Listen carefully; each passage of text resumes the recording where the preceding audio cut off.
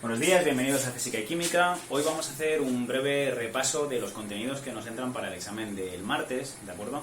Y luego el lunes seguramente utilizaremos una de las horas que tenemos en matemáticas para repasar en directo dudas que os hayan podido surgir, ¿vale? Aunque me las podéis ir preguntando por Aula Planeta sin ningún tipo de problema. Por Aula Planeta. Por Esencia, ¿de acuerdo? Me pasará siempre. Y yo estoy disponible, es decir, puedo ir contestando cuando queráis, ¿vale? De todas formas, el lunes me gustaría hacer algún directo, o sea, un directo a la hora de matemáticas. Creo que tenéis examen, puede ser, yo también, ¿vale? Intentaremos hacerlo tarde, más o menos, para que no os moleste mucho y no me moleste a mí tampoco para el examen que tengo, ¿vale? Entonces, ¿qué os va a entrar para el examen? Pues, como ya sabéis, nos va a entrar el movimiento MRU, ¿de acuerdo? Recordad que la única fórmula que hemos visto en MRU es la de espacio es igual a velocidad por tiempo. ¿De acuerdo? Es muy sencilla. Hicimos 8 ejercicios, ¿vale? Que me teníais que entregar y la mayoría los hicisteis bien, ¿vale? Sobre movimiento MRU. Pues va a haber uno de esos ejercicios. Un ejemplo puede ser el de un autobús, ¿vale? Que viaja a una velocidad de 60 km por hora, ¿ok? Y queremos saber el espacio que recorre en 15 segundos.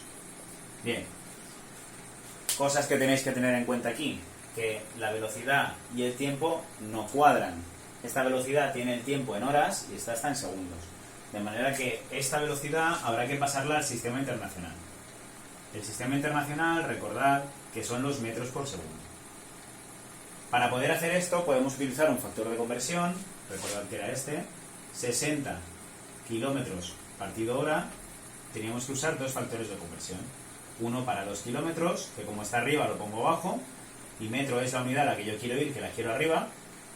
Y luego en las horas, la unidad de la que yo vengo la pongo arriba porque esta está abajo, y la unidad a la que yo quiero ir, segundos, abajo. La unidad mayor es kilómetro, y hay 1000 metros en un kilómetro. La unidad mayor es una hora, y hay 3600 segundos en una hora. Si multiplicáis 60 por 1000, 60.000, y lo dividís entre 3600, pues os va a dar 16,6 periódico, ¿vale? 16,7, siendo un poco salvajes, redondeando, ¿vale? Metros por segundo. ¿Qué otra manera teníamos? Pues recordad que para pasar de kilómetros hora a metros por segundo podíamos dividir entre 3,6, que es lo mismo que multiplicar por 1000 y dividir por 3600. Y al revés, podíamos multiplicar por 3,6, ¿vale? De manera que una vez que ya tenemos la velocidad en metros por segundo y el tiempo también está en segundos, pues ya podemos aplicar la fórmula de MRU. El espacio recorrido será mi velocidad multiplicado por el tiempo, que son 15 segundos. ¿De acuerdo?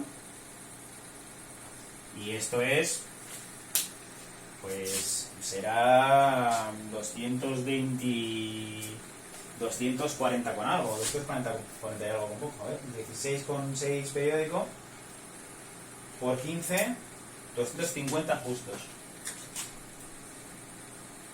250 metros recorre el autobús cuando va a esta velocidad en 15 segundos, ¿de acuerdo? Pues un ejercicio como estos. Será muy sencillo, no tendréis que saber pasar unidades de velocidad de unas a otras y aplicarlas para resolver un problema muy sencillo, ¿de acuerdo? Bien, ¿qué más os va a entrar? Os va a entrar un poco de teoría. Un poco de teoría de las fuerzas y en concreto de la fuerza de rozamiento.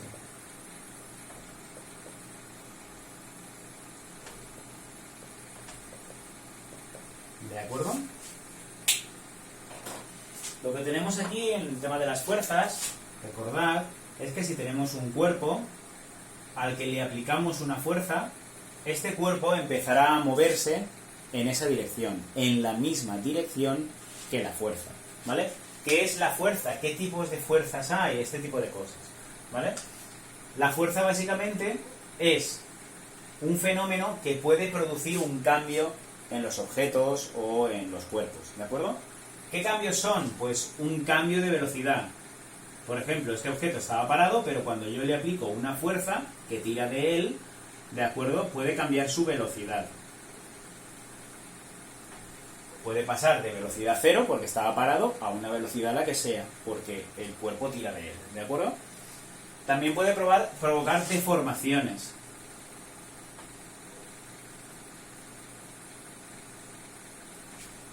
¿De acuerdo?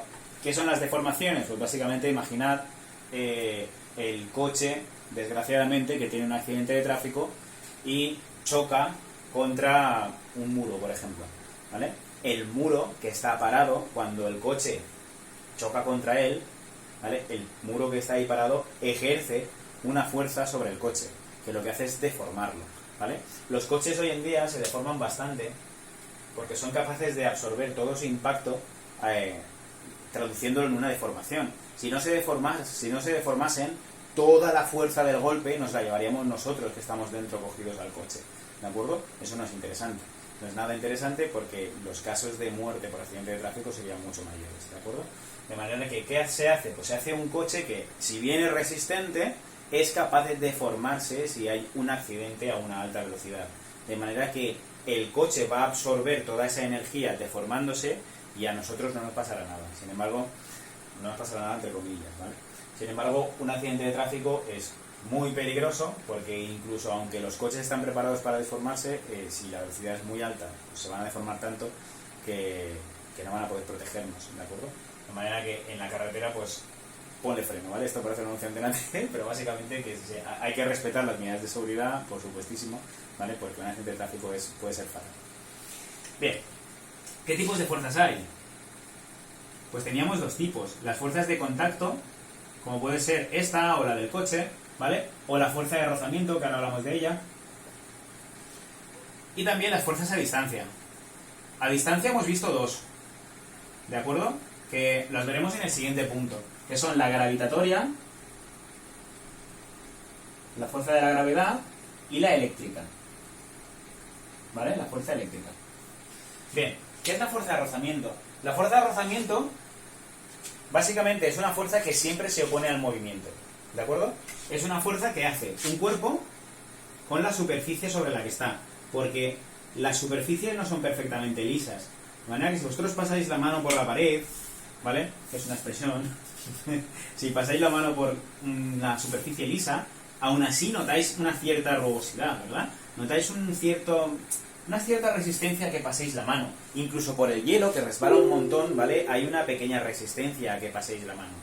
Esa resistencia se debe a que la superficie del objeto y la del suelo en el que está, ¿vale? Interaccionan, ya sea por fuerzas eléctricas, ¿vale? O otro tipo de fuerzas, interaccionan entre ellas, de manera que cuesta moverse.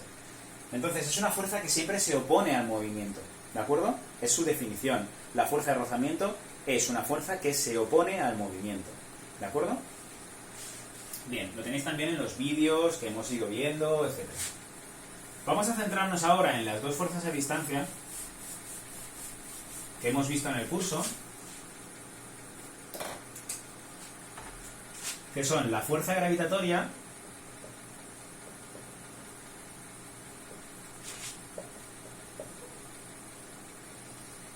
y la fuerza eléctrica. ¿De acuerdo? Esas dos. Y tenemos que saber las fórmulas. Más que saber las fórmulas, tenemos que saber cómo funcionan las fórmulas. La gravitatoria se define de esta forma.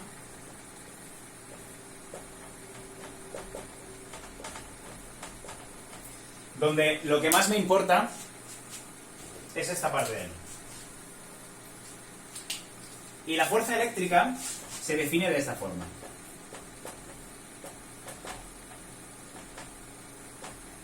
Donde lo que más me importa es lo que aparece aquí. ¿Qué significa esta parte de las ecuaciones, ¿vale? De estas fórmulas? La fuerza gravitatoria es directamente proporcional a la masa. Es decir, cuanto mayor sea la masa de los cuerpos que se atraen entre ellos, recordad que la fuerza de gravitación o la fuerza gravitatoria, ¿vale? Esa gravedad es la atracción de dos cuerpos por acción de sus masas, ¿vale? Dos cuerpos que tienen masa se atraen entre sí. Cuanto mayor es la masa, mayor es la fuerza. Pero cuanto mayor es la distancia que los separa, más pequeña es la fuerza. ¿De acuerdo? Esto es lo que quiero que sepáis. Por ejemplo, ¿qué tendrá más fuerza de atracción? Un asteroide que pesa tanto, tiene la misma masa que la Luna, pero se encuentra a millones de kilómetros, o la Luna, que pesa lo mismo, tiene la misma masa, pero se encuentra solo, a 370.000 kilómetros. Pues, obviamente, cuanto mayor es la distancia, ¿vale? Si tienen la misma masa, cuanto mayor es la distancia, menor es la fuerza. Luego, la fuerza de gravedad que yo hago sobre la Luna y la Luna hace sobre la Tierra, la Tierra sobre la Luna y la Luna sobre la Tierra, ¿vale? Es bastante grande, comparada con la del asteroide, que aunque tenga la misma masa de la Luna, está súper lejos, ¿de acuerdo? Luego tendremos que razonar esto con alguna pequeña frase que os ponga, o simplemente os pediré que me lo expliquéis, ¿de acuerdo? Aquí pasa lo mismo, pero con las cargas.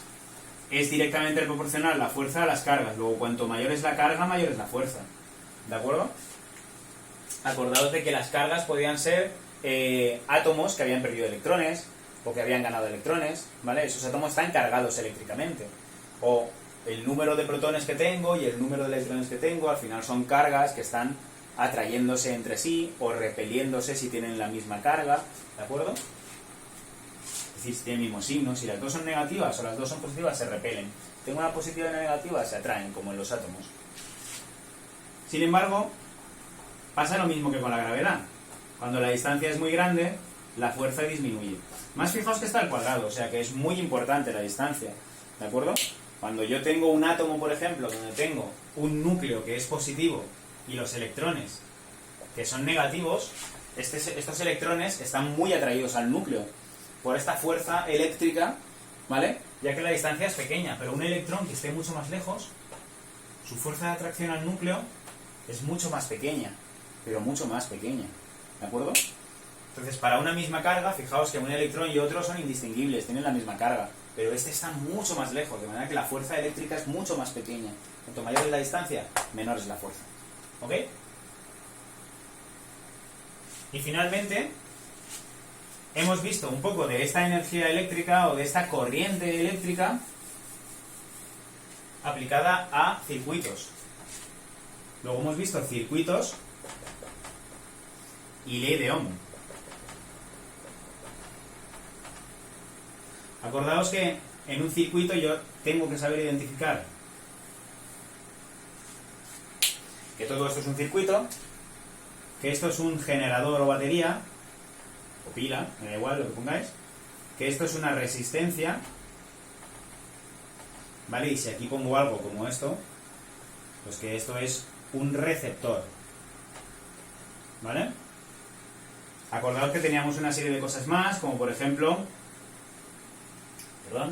el botón, ¿vale? El interruptor, quiero decir, que cuando yo lo apretaba, pues esto bajaba y entonces ya cerraba el circuito y esto pasaba por aquí, ¿vale? Hay varias. Esto sería un pulsador en el que si yo pulso, ¿vale? Esto conecta y cuando dejo de pulsar esto se levanta, ya no pasa corriente. Pero bueno, de este tipo no vamos a ver, o sea que no es preciso que las estudiéis. Simplemente que sepáis qué es lo básico, que es los receptores, los generadores y las resistencias. Y luego cómo aplicar la ley de Ohm, que lo vimos en la clase anterior, a dos tipos de circuitos. Los circuitos que están en serie y los circuitos que están en paralelo, ¿vale? Más que están en serie o en paralelo me refiero a sus resistencias. Si yo tengo un circuito como este,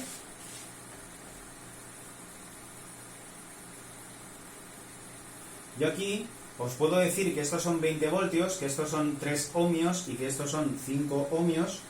5 no, vamos a poner 2 ohmios. Y os puedo preguntar cuál es la intensidad que pasa por este circuito. Para ello necesito saber cuál es la resistencia total. La resistencia total en un circuito que está con las resistencias en serie es la suma de resistencias. Luego, todas las resistencias que tengo aquí serían 3 más 2, 5 ohmios. ¿Vale? Esto lo traducimos como si fuera un único circuito que solo tiene una resistencia de 5 ohmios. Así es mucho más fácil de verlo. Porque ahora puedo aplicar ley de Ohm, que es voltaje es igual a intensidad por la resistencia. Voltaje, 20 voltios que tiene la pila. Intensidad es lo que yo quiero averiguar. Resistencia, la resistencia total son 5 ohmios. De manera que la intensidad es 5 pasa dividiendo, 20 entre 5, 4 amperios. ¿De acuerdo? Sin embargo, cuando yo tenía las resistencias en paralelo, esto ya no funcionaba igual. Voy a poner el mismo caso, pero ahora estas dos resistencias, bueno, voy a cambiar las resistencias también. Una de 6, una de 3 ohmios. ¿Vale? Y esto 20 ohmios. Aquí, ahora, si a mí me piden que calcule cuál es la intensidad que pasa por el circuito, ¿vale? La total, toda la intensidad que pasa por aquí, pues yo ahora no puedo sumar las resistencias igual que antes. Para sumar resistencia, la resistencia total en paralelo, ¿vale? Teníamos que utilizar la fórmula de resistencia 1 por resistencia 2 partido resistencia 1 más resistencia 2. Ya os dije que esta fórmula es válido para cuando solo tengo dos resistencias en paralelo, que tengo más se complica un poco más, ¿vale? Habría que hacer lo otro que os enseñé, pero como solo va a haber dos resistencias en el examen, pues os podéis aprender esta fórmula y ya está. Arriba multiplicamos, abajo sumamos. 3 por 6, 18, 3 más 6, 9, 18 entre 9, 2 ohmios, ¿vale? Pongo aquí, 2 ohmios. Luego, básicamente es como si tuviéramos una sola resistencia de 2 ohmios.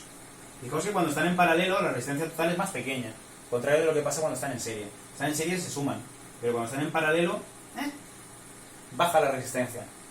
De manera que aquí estos 20 voltios, si yo quiero saber la intensidad total del circuito, pues ahora 20 y la resistencia son 2 ohmios, la intensidad serán 20 entre 2, 10 amperios. ¿De acuerdo? Pues será que apliquemos la ley de Ohm para circuitos, o de una clase o de otra, ¿de acuerdo? Y esto es el examen. En el examen no va a haber más, va a haber dos problemitas y dos problemitas, uno de ley de Ohm y uno de movimiento, ¿vale? Y va a haber dos preguntas de teoría. Seguramente lo haremos tal como se hizo de matemáticas, es decir, prepararé varios modelos y os citaré por turnos, ¿de acuerdo? Os pongo la ley de Ohm aquí, para que tengáis esto también, y os pongo la resistencia en serie, que es la suma de resistencias, ¿vale? Y la resistencia en paralelo, que es la fórmula de R1 por R2, dividido entre R1 más R2, ¿vale? Porque solo tendremos dos resistencias. Realmente aquí también solo tendremos dos resistencias, aquí podemos dejarlo como suma y ya está, ¿de acuerdo? Pues esto va a ser el examen. Así que, como no volvemos a tener física y química hasta el día del examen, como os he dicho al principio, el lunes aprovecharemos una hora de matemáticas para dar un pequeño directo de dudas, donde me podáis preguntar cosas y hagamos ejercicios y resolvamos cosas, ¿de acuerdo? De todas formas, ya os digo, que estoy en Aula Planeta, Aula Planeta. Estoy en Esentia, ¿vale? Pues 24/7, prácticamente. Porque tengo el ordenador al lado de la cama y la pulsera me vibra cuando me enviáis una Esentia, o sea que ¿qué voy a hacer? Hasta luego.